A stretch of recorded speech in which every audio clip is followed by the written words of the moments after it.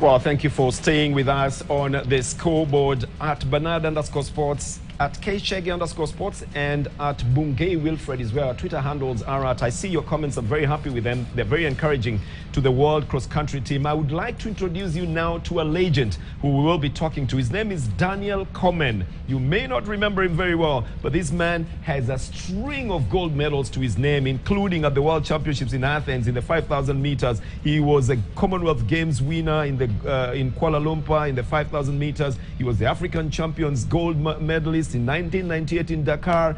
He has been an African Junior champion in Algiers. He was a World Cross Country Championship gold medalist in 1994, 1998. He is the man who's still holding the 3,000 meters outdoor record. Just recently, his 25-year-old indoor 3,000 meters record was broken. Please help me to welcome Daniel Komen to the studio. Daniel, thank you very, very much for joining us. Where have you been all this time? After all these medals that you have won, where have you been hiding? Been in Eldoret, in Eldoret, doing my own things. I have a school and my own other things. So I was doing my own things in Eldoret. And I also have been traveling all over the world, going to US, going to Britain, several places, greeting my friends who we were running a long time ago. Now, you are a world record holder. One of your records was standing for 25 years. Why was it a difficult record to break according to you? And what is the feeling now that it was broken indoors? I think that the world record for 3,000 indoor was very difficult because I ran a long time ago. So I think the guy who broke my world record in 3,000 meters is like my son, because he was born in year 2000. And my record I broke in 1998. So I think I can say my son broke my record. So I congratulate the guy who broke the world record. So I congratulate him. That is a whole generation. From you to your son is a whole generation. And you still hold the record for 3,000 meters outdoors. What is the difference running now and when you were running? What made you faster that time that people are catching up with maybe 25 years after? I think the training program was good long time ago, because we had a training center where we were training with people who had experience in running. We were training with Moses Kipton, who was a record holder by that time. So I get a lot of techniques. And people like Paul Tergat, there were so many guys who were running good by that time, especially the military guys. Because long time ago, the military guys, they were running good, especially in cross country.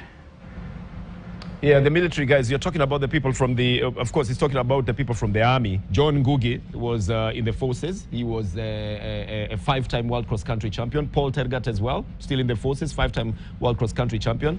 You know, and maybe the question we need to ask as well is, what is your feeling, first of all, Daniel, now that Kenya won the cross country, Kenya won the World Cross Country title, the team title? What was your feeling when you watched it?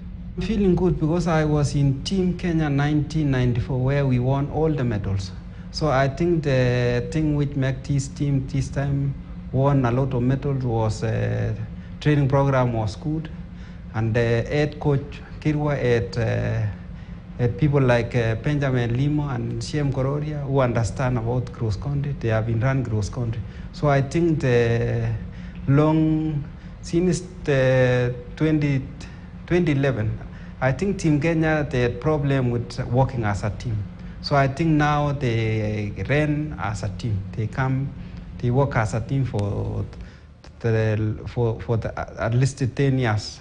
So I think they work as a team because of experience. Coach Kirwa, I think he had good people who are coordinating together, people like Limo and Shem Kororia, who understand about the cross country and understand about the techniques. So I think that makes the Team Kenya work as a team. Okay, the Gidey and Chebet fight, what is your take on it? I'm sure you watched that one, the Ethiopian and the Kenyan. You had a big rivalry with Haile Gebrselassie before Tergat took over that rivalry. Now, what about Gidey and Chebet in this senior women's race? What do you make of it? I think the Ethiopian lady was good from the beginning. So I think maybe he had problems towards the end of the race because he was looking behind several times. So maybe he realized that the Kenyan lady was stronger than her, because he was looking behind several times. So I think he was fearing the team Kenya. Bungei, you know this is a champion just slightly above your age at that time. And what do you make of his running prowess that time? And what do you want to talk to him about? I think first and foremost is that I used to admire the way Daniel was running, because he had a very flawless way of running, and especially when he was doing the world record. And it takes me, especially now, Daniel, there's a few things that I would like to ask. First and foremost, we know that there's technology. If we look at the indoors, there was the light that goes through the track, that shows you that either you are inside, if you are ahead of the lights, you are inside the world record. If you are behind, you're behind the pace. I don't know what you think about the Daniel. Currently, most of the world records that is happening, mostly, I would say it is technology helped Bernard. You find currently now we have the shoes, are better shoes than what it used to be. I don't know whether there is an advantage. What he feels. Do you think technology is helping the races to become faster, Daniel?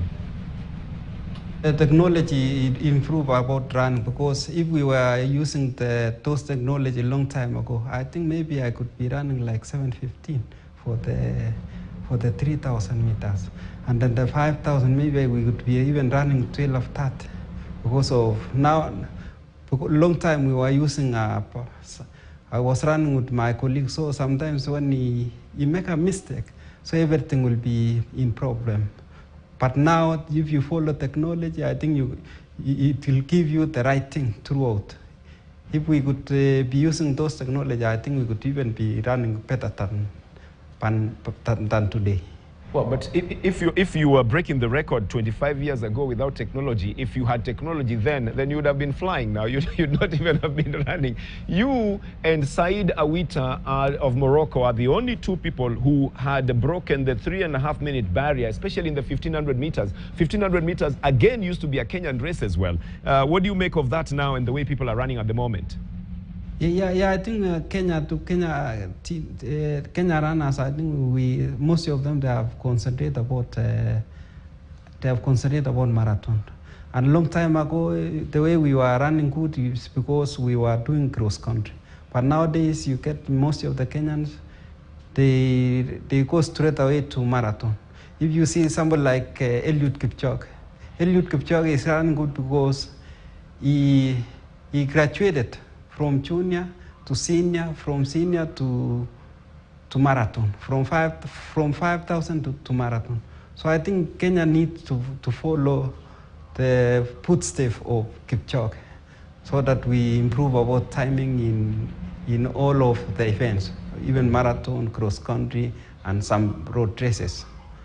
Should that be a natural progression, Wilfred, coming from, like you said, from the junior to the senior, and then they graduate 5,000, 10,000, ultimately half marathon, and then full marathon? Actually, if you look at the best athletes who have been able to do very well in the marathon, for example, are those ones who graduated, and they are able to have a lot of consistency. But if you find those athletes who just decide to go to the marathon immediately, they don't stay long. And I think, it is very important, and especially on your part, Daniel, we as former athletes or your fellow athletes, we are so proud that there is one world record that has stood for a very long time. For example, Daniel always tells us that, for the outdoors, it's so difficult for anyone to be able to break that world record. And I don't know, what are we going to do, Daniel, so that we can have the time that we used to celebrate the 5,000, the 10,000? Because, Bernard, for a very long time right now, we have not been doing well actually in the 5,000 and 10,000. Well, Daniel seemed to have been a natural progression from 1,500 to 5,000 to 10,000 and then to the cross country. He didn't do the marathons, but he went to the cross country. So the question you're asking is, what needs to be done? Daniel, what's your answer to that? What needs to be done for us to produce other? I think I have an answer. I think the answer is, Athletic Kenya now need people like us to work together, because people like me, Moses Kiptanui, Bungei, because we understand about the techniques. So if we go with when they are in training camps, training for preparation for like Olympics, if somebody like me and Moses Kiptanui, Wilbred Bungei, because we have experience about it. So I think that's the thing which is lacking. And also Kenya runners need now to concentrate in cross country, because cross country is good for preparation for outdoor events like 5,000 and 10,000. So it needs a lot of cross country. Because long time ago we used to run like 3 or 4 cross country locally here in Kenya. And long time ago the cross country was good for build up. So I think now we are lacking the build up, because most of the runners they don't run cross country seriously like long time ago. Now, there's also another issue that we are forgetting here. The 3,000 meter steeplechase. You know, he has mentioned Moses Kiptanui. Now, that is the 3,000 meter steeplechase, isn't it? Yes. And we are losing the 3,000 meter steeplechase as a country at the moment to other countries that are not conventional in terms of running the steeplechase. What's your take? Well, I think it has started from the fact that, you know, so many people are learning what we have been doing always. Remember that, you know, for a long time we used to dominate 800 meters. And then we had almost 20 years of completely nothing, because people had mastered what we were doing. Until now, 2008, when we were able to start sweeping again until now. Now, for the steeplechase, I don't know, just the same way Daniel Komen has put it. We need those athletes who are doing very well to be able to come and talk to these guys. And also remember that, you know, they should not be doing a lot of races, because what happened in Bernard is, and Komen will affirm this, most of our Kenyan athletes, during the time of the championships, most of them, they would run a lot of races before the championships. Sometimes you need to reserve the energy for you to be able to win. They get burnt out, eh? Yeah, because I think, you know, Daniel can tell us when he was able to win the World Championships in 1997, how many races did he run before that? Because that should be very important, and it should, because remember this, Daniel will tell you that it is more important either to break a world record or win a world championships. Therefore, you should put a lot of concentration, because when you win world championships, you have more appearance. When you break world record, you have more appearance. When you run so many races, you just go for the prize money only. And if you look at, Daniel will tell you that as a world record holder, as a world champion, you earn more, or you have more appearance. Does he earn even when he's just the world record holder now without running? He still earns all through. He's here. Yeah. Well, he'll tell us that as well. Ken, you wanted to say something? Daniel, I think this 3,000 meters world record you broke on the 1st of September, 96 in Rieti. And if I'm not wrong, you ran against Haile Gebrselassie. And you know, he had tormented us a lot as Kenyans. How was it? What was the feeling, you know, breaking a record, beating him? And you had several races with him. I think between 96 and 98, you ran several races with him. How was it? Just give us a glimpse, you know. The training camp in Australia. So during December to April, so we were training in Australia. So we had several camps. We had one in Australia, Melbourne, and then during May, June, we were training in Nyahururu. So, and also in England, in Kingston, England, Pushback. So we were training. So I think the issue, I ran 3,000 and I missed several times. So, and then I had a problem making the Olympic teams because of problem with by that time the federation, and then there were some problems during the trial. So I think I was number 4. So I was beaten by, I think, Paul Pitok, Siam Gorori, and Chemoyo. So I was number 4, and the team Kenya was selecting 2 to cross the line, and then maybe wild card. So I think after missing wild cards, so I went back to England. So I concentrated training while these guys, they were in Olympics. So I think after Olympics, so we ran one race with Haile Selassie, and then I beat him. So, and then at that time I realized that I need to do something so that to show these guys. After missing Olympics, I have to break the 3,000 world record. So I think that's how I walk.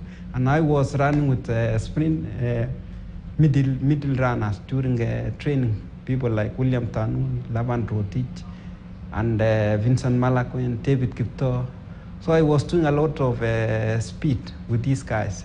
800, so I was running a lot of 800, 15, 1 miles.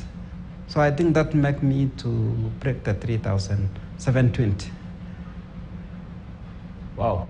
That was quite a race and a half, Daniel. What is your advice now to the current crop of 5,000? Because you cut across, you were champion at 1,500 meters, 3,000 meters, 5,000, 10,000, and into the cross country. What is your advice to young people? You saw, for example, Ismail Kipkurui.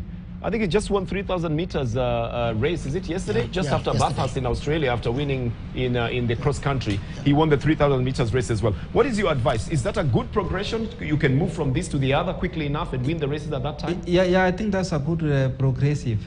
So I think the thing which I need to tell the young people, running, somebody requires a lot of discipline. Without discipline, running is a problem. So you have to have discipline. And also you need to plan about the races, how many races you need to run per year, per year. So planning and doing a lot of calculation. Because somebody now, if you need to go like 3,000 meters record for 720, you need to calculate, you need to plan. Because when a runner is running, sometimes people talk, but running, you need a lot of calculation. How will you run like 1 lap? So it requires mathematics, like the pi diameter, so that you calculate when you run along a curve, home straight, so you need mathematics. So it requires a lot of mathematics and discipline. Well done. Okay. There's one thing you said earlier on, that the person who broke the world record is like your son. The question is, do you have any of your family members that you're putting into to running? Is there anybody who has taken up from where you left, or are they all in a different world altogether doing other things? No, I think my family, I don't have somebody who is running. But my daughter, he used to run, but in fact he was schooling in one school with Bungay's son. So he used to run when he was in school. And then after that, he said running is very hard. So he preferred playing hockey. So he's now playing hockey for the university in UK. Okay, playing hockey for the university. Yeah. There's one thing that has been harped along, Bungay, during the week, the question of veterans coming to coach the new crop of runners.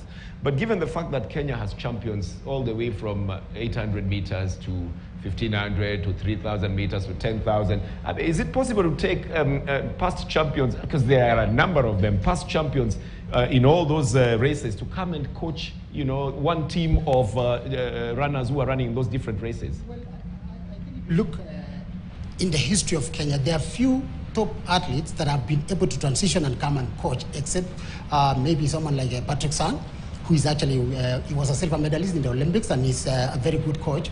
But what I think the retired athletes, people like Daniel Komen, myself, Moses Tanui, Kip Tanui, is about mentorship and encouragement, just the same way he has put it.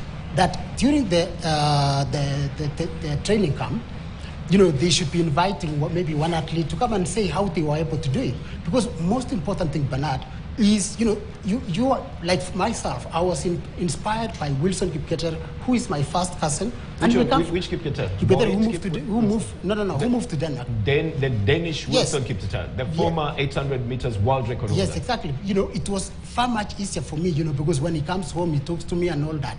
And therefore, it gives an inspiration. And I think our retired athletes should be given that position.